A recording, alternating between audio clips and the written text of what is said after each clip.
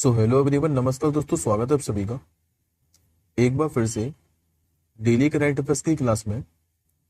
और आज है साथियों आप लोगों की 20 जुलाई। और आज हम लोग 20 जुलाई से बनने वाले सभी मोस्ट इंपोर्टेंट करंट अफेयर्स के प्रश्नों को देखने वाले हैं। तो चलिए साथियों, बिना किसी देरी के हम लोग क्लास को शुरू करते हैं। लेकिन साथियों उससे पहले, जैसा कि आप लोग जानते हैं कि पहले हम लोग लास्ट क्लास के क्वेश्चनों को रिवीजन करते हैं, उसके बाद हम लोग आज के प्रश्नों को कवर करते हैं। तो पहले एक बार मैं आपको फटाफट से मात्र 2 मिनट के अंदर 19 जुलाई के करंट अफेयर्स को क्विकली रिवीजन करा देता हूँ। उसके बाद हम लोग आज के प्रश्नों को कवर करेंगे। और एक बात है साथियों, इस क्लास की जो पीडीएफ है ये आप सभी हमारे टेलीग्राम ग्रुप से प्राप्त कर सकते हैं। टेलीग्राम ग्रुप का जो लिंक है वो इस वीडियो के डिस्क्रिप्शन बॉक्स में है। तो जैसा कि साथियों लास्ट क्लास का मैंने आपको पढ़ाया था कि अभी जो लाडला भाई योजना है ये किस राज्य सरकार ने लॉन्च की है, तो ये किस साथियों महाराष्ट्र सरकार ने, महाराष्ट्र के जो मुख्यमंत्री हैं एकनाथ शिंदे, इन्होंने ही अभी लाडला भाई योजना को लॉन्च की थी। अच्छा साथियों, इस योजना का उद्देश्य क्या था? तो इस योजना के तहत साथियों जिन्होंने 12वीं पास की है उन छात्रों को 6,000 रुपए प्रतिमाह दिए जाएंगे। जिन्होंने कोई डिप्लोमा किया है उनको 8,000 रुपए प्रतिमाह दिए जाएंगे। और जिन्होंने साथियों ग्रेजुएशन की है उनको 10,000 रुपए प्रतिमाह दिए जाएंगे। अभी जो पहला विश्व दृश्य श्रम और जो मनोरंजन शिखर सम्मेलन है ये कहाँ पर आयोजित किया जाएगा? तो ये साथी गोवा के अंदर आयोजित किया जाना है। लेकिन साथी ये जो शिखर सम्मेलन है ये नवंबर महीने के अंदर आयोजित किया जाएगा। अभी भारत का पहला जो विदेशी जन औषधि केंद्र है ये कहाँ पर खोला गया है? ये खोला गया साथी मॉरिशस के अंदर। क्योंकि अभी साथी जो विदेश मंत्री हैं हमारे एस जयशंकर साहब, ये 2 दिन की यात्रा पर थे मॉरिशस की। और यहीं पर उन्होंने भारत का पहला जन औषधि केंद्र ये खोला है। अभी 22 जुलाई 2024 को किस राज्य में जो हरेला लोक पर्व है इसकी शुरुआत हुई है? तो साथ ही उत्तराखंड के अंदर हुई है। और विशेष रूप से उत्तराखंड का जो कुमाऊं क्षेत्र है यहीं पर इस हरेला लोक पर्व की शुरुआत हुई है। इसके बाद मैंने आपको पढ़ाया था कि भाई झारखंड जो उच्च न्यायालय है यहाँ का भी जो कार्यवाहक मुख्य न्यायाधीश है ये किसे बनाया था? तो सुजीत नारायण प्रसाद को। इसी के साथ में मैंने आपको 3 और उच्च न्यायालय के मुख्य न्यायाधीश बताए थे, जिसमें से मैंने आपको एक नाम बताया था न्यायमूर्ति रमेश देविकानंदन दानुका का। इनको मुंबई उच्च न्यायालय का मुख्य न्यायाधीश बनाया गया है। न्यायमूर्ति जो सोनिया गोकानी है इनको भी गुजरात उच्च न्यायालय का मुख्य न्यायाधीश बनाया गया है। जबकि जो न्यायमूर्ति जसवंत सिंह है इनको बनाया गया था त्रिपुरा का। अभी किसकी एक नई पुस्तक जिसका नाम ब्रेकिंग रॉक्स एंड बैरियर्स, इसका विमोचन किया गया है। तो ये साथी सुदीप्ता सेन गुप्ता जो कि एक जानी मानी पर्वतारोही है। और ये साथी जो सुदीप्ता सेन गुप्ता है ये अंटार्कटिका पर चढ़ाई करने वाली पहली भारतीय भी थी। और इनका साथी जो पुस्तक है ब्रेकिंग रॉक्स एंड बैरियर्स, इसका जो विमोचन है ये 24 जुलाई को किया जाना है। और किसके द्वारा? तो हार्पर्स कॉलिंग के द्वारा। अभी तेलंगाना राज्य जो महिला आयोग है यहाँ की जो अध्यक्ष का पदभार है ये किसने संभाला था? तो नेरेला सारदा ने। इसके बाद मैंने आपको एक फेस्टिवल पढ़ाया था कि जो वार्षिक काटारा गामा ऐसाला उत्सव है ये कहाँ पर मनाया गया? तो श्रीलंका के अंदर। और लास्ट क्वेश्चन हम लोगों ने पढ़ा था जो कि 2 दिवस से रिलेटेड क्वेश्चन पढ़े थे। एक तो मैंने आपको पढ़ाया था वर्ल्ड यूथ स्किल डे यानी कि विश्व युवा कौशल दिवस, ये 15 जुलाई को मनाया जाता है। दूसरा मैंने आपको पढ़ाया था कि जो विश्व अंतर्राष्ट्रीय न्याय दिवस है ये कब मनाया जाता है? तो 17 जुलाई को। आई होप साथियों आपको सारे के सारे क्वेश्चन क्लियर होंगे 19 जुलाई के। अब हम लोग आज के प्रश्नों की ओर बढ़ते हैं। आज का साथियों आप लोगों को से पहला क्वेश्चन पूछ रहा है और पहला क्वेश्चन आपका रैंकिंग से रिलेटेड रहने वाला है। अभी फीफा की रैंकिंग जारी की गई है, इसमें जो भारत है ये किस स्थान पर रहा है? तो देखिए साथियों फीफा की रैंकिंग के अनुसार भारत ने पिछली बार की तरह अपना जो स्थान है ये बरकरार रखा है। और भारत इस बार भी 124वें स्थान पर रहा है। तो आंसर याद रखेंगे आप लोग ऑप्शन नंबर सी। अभी भारतीय फुटबॉल टीम ने कहा है कि गुरुवार को जारी नई फीफा रैंकिंग जारी की है, जिसमें भारत ने कहा है कि अपना 124वां स्थान यह बरकरार रखा है। अगर साथियों पिछले साल दिसंबर के बाद से देखें तो भारत के प्रदर्शन में क्या है कि लगातार गिरावट देखी जा रही है। एक समय था साथियों जब टीम ने पहली बार शीर्ष 100 में जगह बनाई थी और भारत जो है ये अपने बेस्ट स्कोर के साथ 99वें स्थान पे था। लेकिन दिसंबर से क्या है कि लगातार फीफा की रैंकिंग में गिरावट देखी जा रही है। और इस बार भी बात करें कि 126वें स्थान पर है। लेकिन अगर साथियों एशिया में बात करें तो एशिया में भारत 22वें स्थान पर है। पहले हम लोग एशिया में पहले स्थान वाले देशों के बारे में बात कर लेते हैं। तो एशिया में अगर पहले स्थान की बात करें तो सीरिया पहले स्थान पर है, फिलिस्तीन है दूसरे स्थान पर और वियतनाम है तीसरे स्थान पर।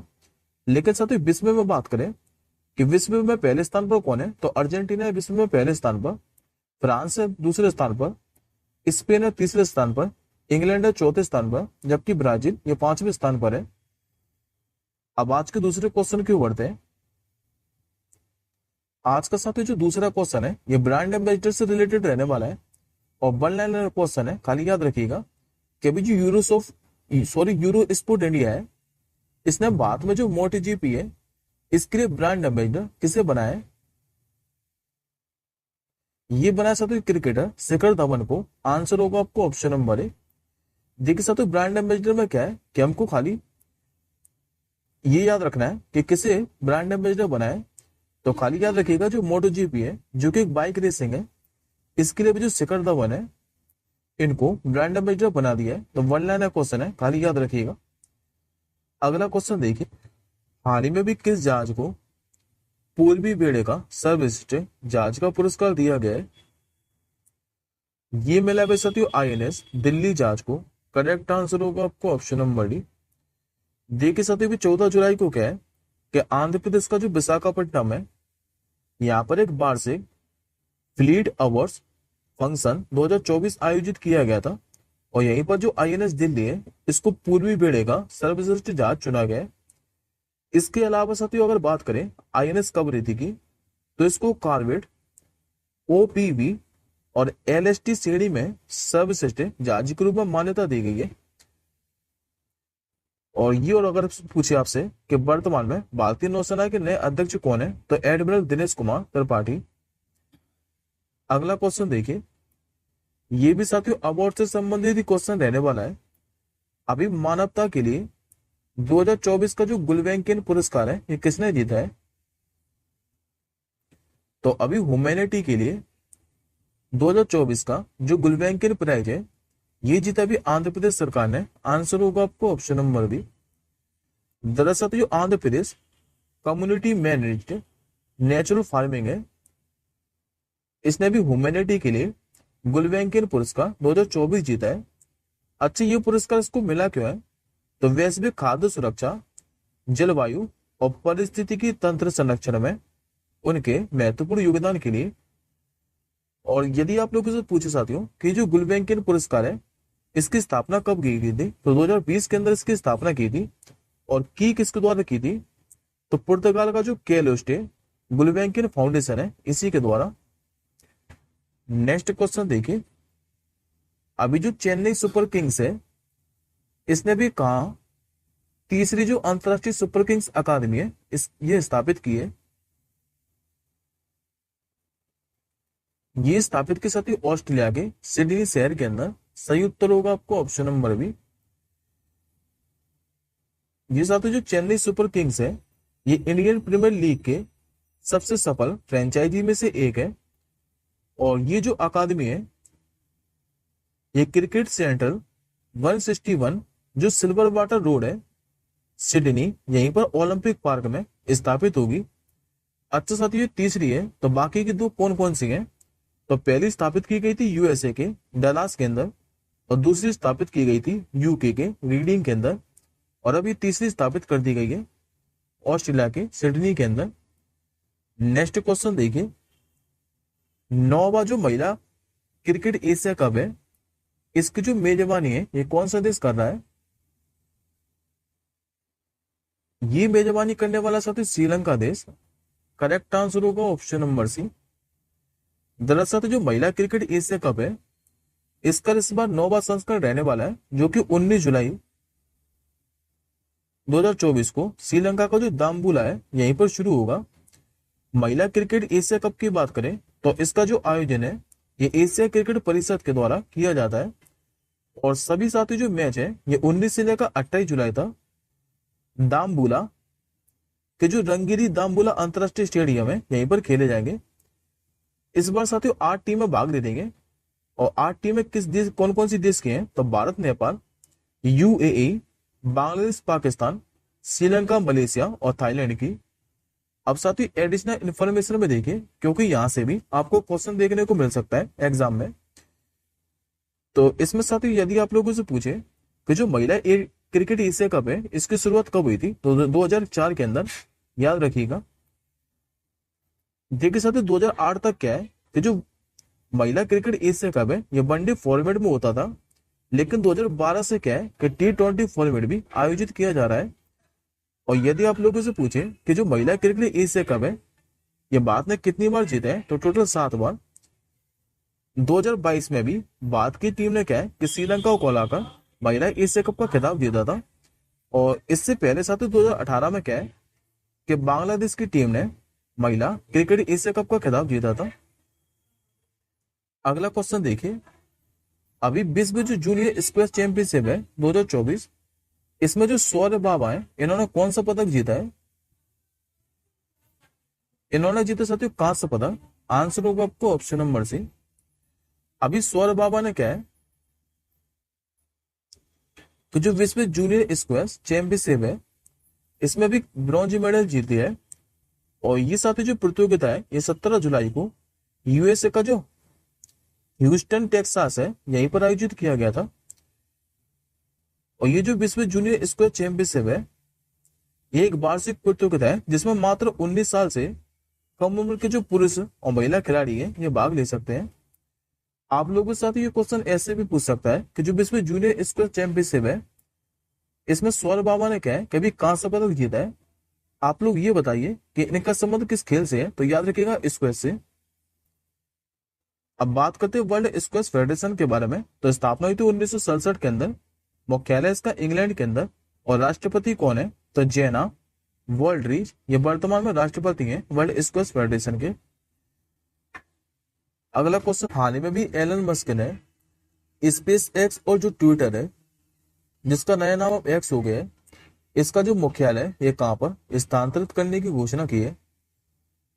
तो दरअसल साथियों, अभी स्पेस एक्स और जो एक्स कंपनी के मालिक है एलन मस्क, इन्होंने अभी जो इन दोनों का मुख्यालय ये ट्रांसफर करने की घोषणा की है, जो कि अमेरिका के टेक्सास में ट्रांसफर किया जाएगा। आंसर होगा आपको ऑप्शन नंबर डी। अब कैलिफोर्निया से साथियों स्पेस एक्स और जो एक्स का मुख्यालय है ये टेक्सास के अंदर ट्रांसफर किया जाएगा। इन्होंने साथियों बताया है कि स्पेस एक्स का जो मुख्यालय है ये फिलहाल अभी कैलिफोर्निया के हॉर्थोन में बना हुआ है, लेकिन अब इसे टेक्सास का जो स्टार बेस है यहीं पर स्थापित किया जाएगा। वही बात करें साथियों एक्स की, तो एक्स का जो मुख्यालय यह भी सैन फ्रांसिस्को में ही है, लेकिन इसे भी क्या है कि ट्रांसफर किया जाएगा और हटाकर कहाँ किया जाएगा? तो ऑस्टिन के अंदर।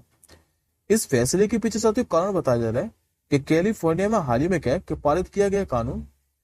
इस कानून में साथियों बताया गया था कि स्कूल के नियमों के तहत अब जो शिक्षक और स्टाफ बच्चे हैं, इनकी जो लैंगिक पहचान है और लैंगिक पसंद, इनको लेकर माता पिता समेत क्या है कि किसी को भी बिना बच्चे की मर्जी के नहीं बता सकते।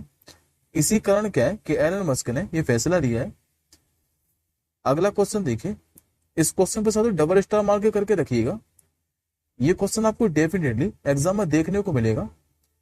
अभी जो विश्व सुपर बाइक चैंपियनशिप है, इसमें भी भाग लेने वाले जो पहले भारतीय हैं ये कौन बने हैं? नाम है साथियों इनका केविन क्विंटन। करेक्ट आंसर होगा आपको ऑप्शन नंबर ए। देखिए भी साथियों, जो राइडर जो केविन क्विंटन है, ये विश्व सुपर बाइक चैंपियनशिप में भाग लेने वाले अब पहले भारतीय बने हैं। और ऐसा करके इन्होंने इतिहास रच दिया है। ये साथियों चेन्नई के 19 साल के केविन क्विंटन, जो कि ग्रेट आइलैंड टीम के भारतीय राइडर हैं। और इन्होंने साथियों मुख्य राइडर जो स्पेन है, यहाँ के राइडर हैं जिनका नाम है डैनियल मोगेडा, इन्हीं की जगह लिए, जिन्हें सुपर स्पोर्ट 300 किलोस के बाद क्या है कि दुर्घटना में चोट लग गई थी। और इसी कारण क्या है कि इनको जगह मिली है। तो नाम याद रखिएगा, केविन क्विंटन का नाम। अगला क्वेश्चन देखिए, जो कि आज का आपका आखिरी क्वेश्चन है।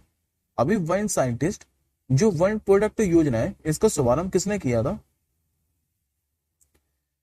तो ये कैसे? तो केंद्रीय कृषि मंत्री शिवराज सिंह चौहान ने, जो कि पहले मध्य प्रदेश के मुख्यमंत्री थे। आंसर होगा आपको ऑप्शन नंबर सी। अभी नई दिल्ली में क्या है तो जो ICAR है, यानी कि Indian council for agriculture research, इसका भी 96वां स्थापना दिवस मनाया गया था। और इसी के स्थापना दिवस पर जो केंद्रीय कृषि मंत्री हैं शिवराज सिंह चौहान, इन्होंने भी वन साइंटिस्ट वन प्रोडक्ट योजना का शुभारंभ किया है। ये जो योजना है ये Indian council for agriculture research के द्वारा शुरू की गई है और ये योजना साथ ही 5 साल तक चलेगी, जिसमें वैज्ञानिकों की टीमें क्या है कि फसलों की जो सभी किस्में इन पर शोध करेंगी।